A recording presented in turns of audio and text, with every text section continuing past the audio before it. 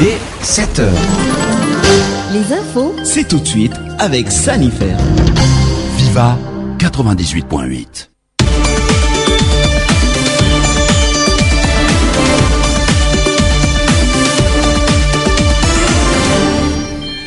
Topokalasy topovavy ampifalinanay no rahana aminao eto anivon'ity onjam-peon'ny Viva Radio ty amin'izao marainan'ny alarobia fa 7 ny volana oktobra taona 2024 izao ampifalina ary no anasananao anaraka ny vaovao ny namantsika tsy toana ny aitsy amin'ny lafiny teknika.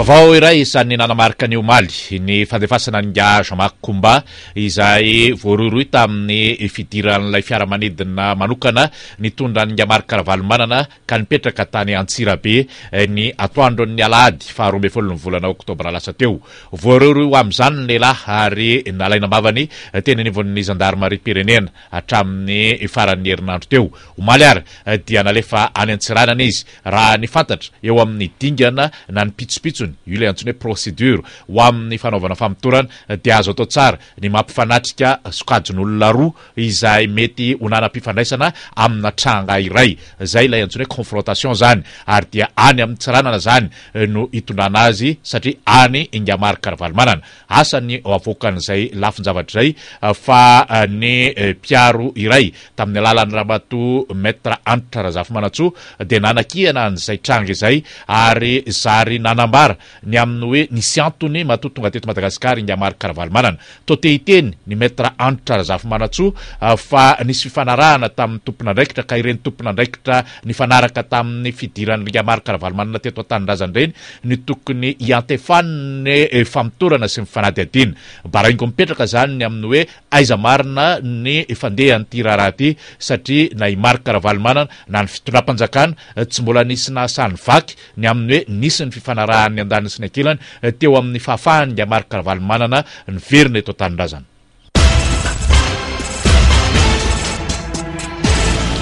Fa isan'ny fanamariana nentin'ny mpisolo vava Antitra Razafimantsoa ihany koa ny amin'ny fitanana ny Jean-Marc Ravalomanana amin'ny toerana manokana na ny antsoina hoe résidence surveillée any Antsiranana ho azy Maître Antitra Razafimantsoa zany dia ny tokony anajana ny satan'ny filoham-pirenena teo aloha no tokony omena lanja amin'ny trangan-javatra tahaka izao ny lafin-javatra tsy azo adinoina nefa na inona satan'ny filoha teo aloha rehefa manotohina ny filaminam-bahoaka ohatra na rehefa ahina ny ainy dia tsy maintsy misy fepetra raisina eo amin'izay toerana mifanandrify amin'izay ary ny tsy nahatonga azy ho napetraka any amponja raha ny fietretan'ny olona sasany azy dia noho izay izy manana satany mahafiloham-pirenena azy teo aloha zay kanefa mbola tsy tavoaka ny amin'izay mety hoendriky ny fanamelohana na ny sazy mety ho manameloka azy raha ireo lafin-javatra zay efa nodiavin'ny raharaha-pitsarana no itodiana vetivety misy pitsopitsony na ny antsoina hoe procédure izay tsy maintsy mbola hajaina eo amin'ny fampiarana ireny didim-pitsarana ireny raha ny voalaza amin'ny fehezan-dalàna momba ny paika amin'ny adeloka na procédure pénale moa izany no ilazana azy.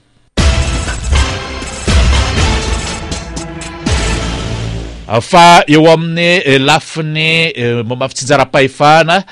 dia hodinina eo anivon'ny Asambomera indray ny lalàna manodidina ny commune izany ary ho voaresaka manokana raha ny loharanom-baovao fantatra avy eny amin'ny anteny mera-pirenena ho voaresaka manokana ny momba ny satana Antananarivo zay efa nahabe resaka volana vitsivitsy lasa zay ny amin'ny hoe ho samatsamahany fitondram-panjakana ankehitriny ny amin'izay tokony hikatsahana izy ireo sy hanaovana izy ireo kajikajy ny amin'ny azahoany izy ireo itireny vohatra ity eo amin'ny fifidianana izy eo ben'ny tanàna lafin-javatra izay efa no lavin'ny maro izy io kanefa dia tetehan'ny fitondram-panjakana HVM anaovana amboletra eny amin'ny anteny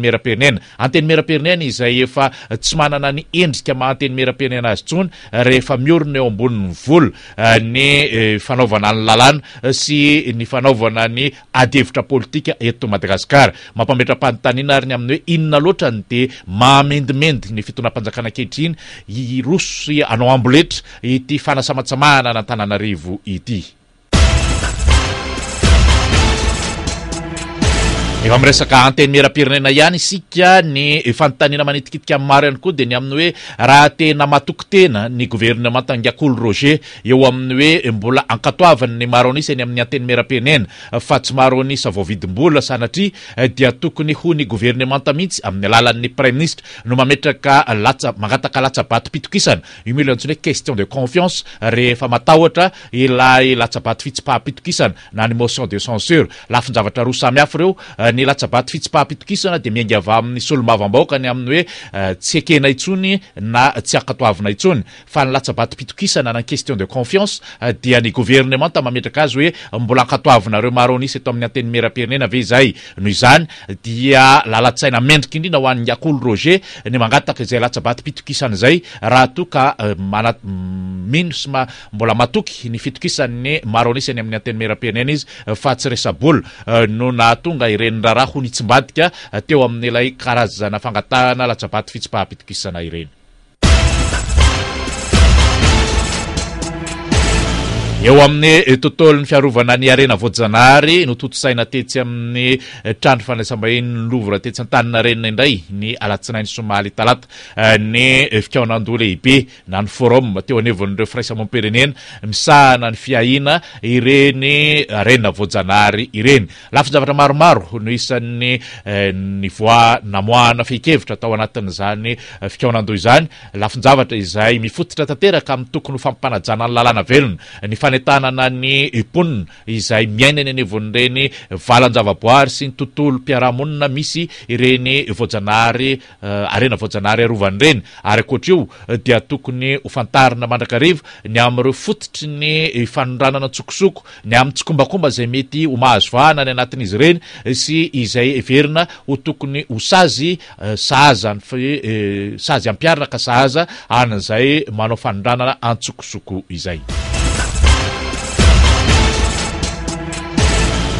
Mitoy ny vaovaontsika eto anevon'ny onjam-peon'ny Viva Radio toizantsika amin'ny tontolon'ny famatsiana herinaratra avy amin'ny Jirama izany mbola mitoy any Antsiranana any ny fahatapatapahan'ny herinaratra avy amin'ny Jirama delestage moa ny tikambara amin'izany velotaraina ny ponina satria ao anatina tanàna iray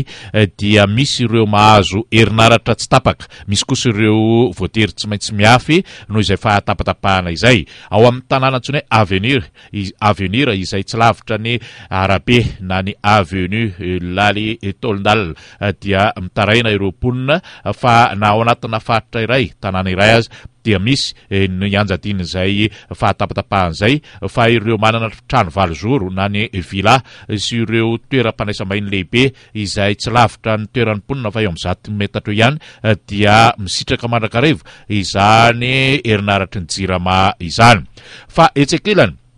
tsy ny eto Antananarivo any no tsy niaina izany antsona hoe fahatapatapahan'ny herinaratra izany fa ny any amin'ny faritra misy aniosiny ihany koa ny resaka fahatapatapahan'ny herinaratra dia saika tandravatokototra tatoato ary iosy dia isa nanaovana fanadihadiana izay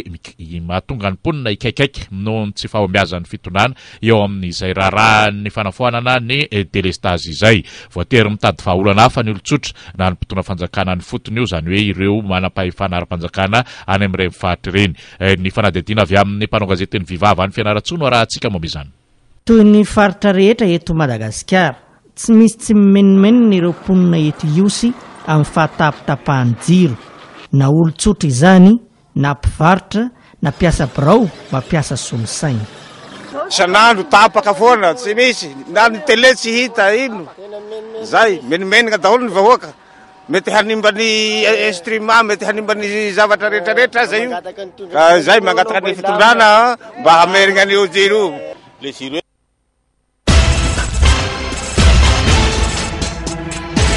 Fa eo amin'ny tontolo ara-politika kosa dia mirotsaka mandray ny anjara toerany eo anivon'ny sehatry ny fampihavanam-pirenena ny fiambonan'ny fiangonana kristianina eto Madagasikara na ny FFKM omaly dia naneo izay fahavononany iverina ndray anjara amin'izany toeran'ny mpampihavana azy zay ny FFKM ny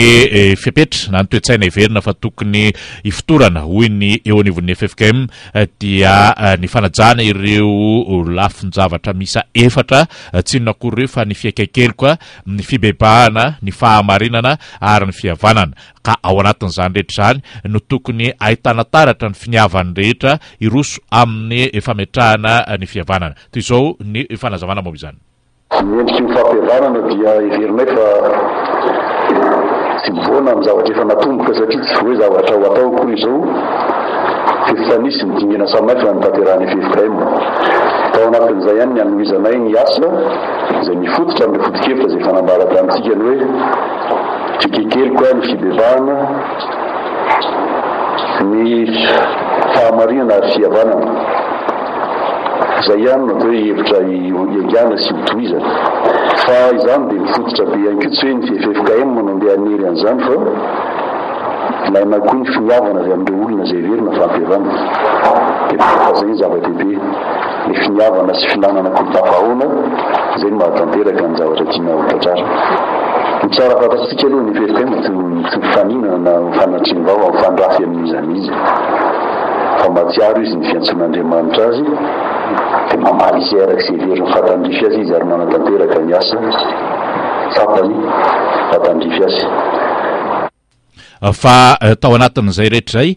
dia tsy vitsy ihany koa ireo naneho ny heviny avy hatrany ny amin'ny aya mipetraka fa hitondra tsoa ho an'ny vahoaka tokoa ve izany fampihavanana izany. Ny volonkery mapara ohatra dia nanamarika fa tsy akasitrahana izy ireo fampihavanana hitondra makany amin'ny fanomezan-drariny tsy maty manoto tsy eken'ny volonkery mapara ny fanadiovan-keloka ao amin'ny resaka fampihavanana toy izao ny fanadihadiana momba izany.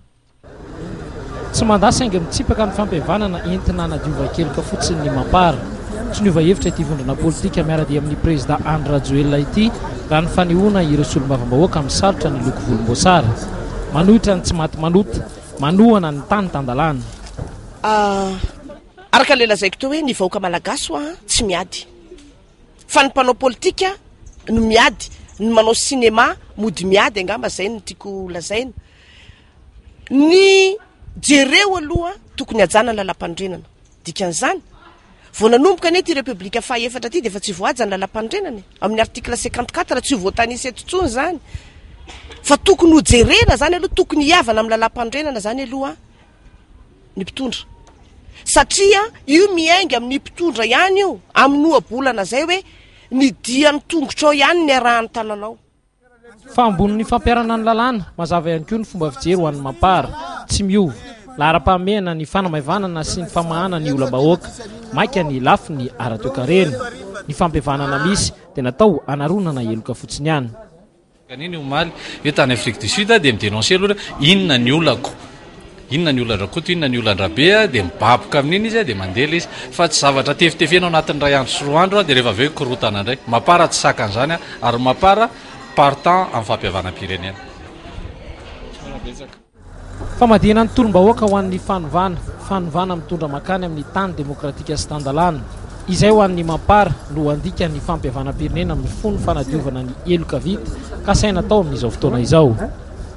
Ny solombavambahoaka voafehtany kongo ny Brunel Zafinadreo fa dia nametra-panontaniana amin'ny hoe fa inona marina moa no tena zava-misy no nampifotampoka ny mpisehatra politika sasany ka nanao hoangoatenda izany fampihavanam-pirenena izany. Baraingo no mipetraka ho an'ity solombavambahoaka Brunel Zafinadreo fitiny amin'ny hoe toy azakazahana izany raharaha izany nefa mila fandalinana sy fiomanana matotra ny famalinana etaetam-bahoaka io no heverina fa lahara-pahamehana amin'izao fotoana raha ny fanazavana ny solombavambahoaka avy kongo ty.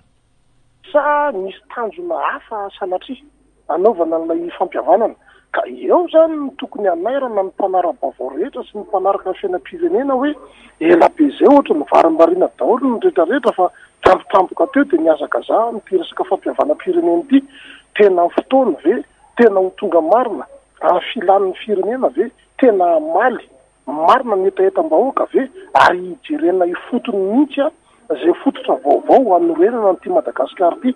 fa hatreto aloha ny firenena araka ny nambarako teo dia tena baby tanteraka satria vahiny avokoa no mitavana sy manjaka eto, vahiny no mibaiko, vahiny no mandidy, vahiny no manao mafana sy mangatsika. Raha zay ny jerena dia tena hoe ilaina ny fanambarana ny hery fa le atongavana amin'izay fitambarana ny hery zay ny tokony asiana ny famoahavoasana ny tantara sy tsy haivana ny lasa rehetra. ho an'ny solomavim-boaka tao Moramanga Charles Andray Maifa kosa tsy mbola feno ny fipetrafahana amin'ny roso amin'izany fampiavana-pirenena izany hoy izy satria betsaka ny olana mbola misetrainy ny fiainan'ny firenena raha tsy resaka fa tsy ny tontolony tsy fandriam-pahalemantsika. Amiko aloha mbola tsy feno ny fepetra satria mbola tsy tena mari-toerana tsara ataoko hoe ny firenena amin'izao fotoana izao. Zava-misy zany dia mbola misy ny tsy fandriam-pahalemana eto amin'ny firenena. Mbola betsaka ny olana eto amin'ny firenena. Marina fa fahatongavan'ny filoha Marc Ravalomanana dia afaka andinihana hoe tokony ho atao amin'izay fampihavana. Kanefa tsy izay no lamina tokony ho isy. Zavatra tokony ho isy dia ny jerena tsara aloha inona voalazany ao anatin'ny tondrotra.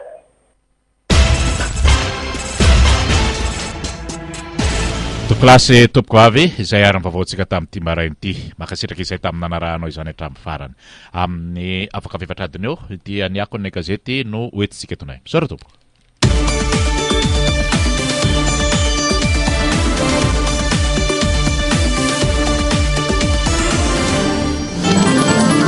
Les infos avec Sanifer.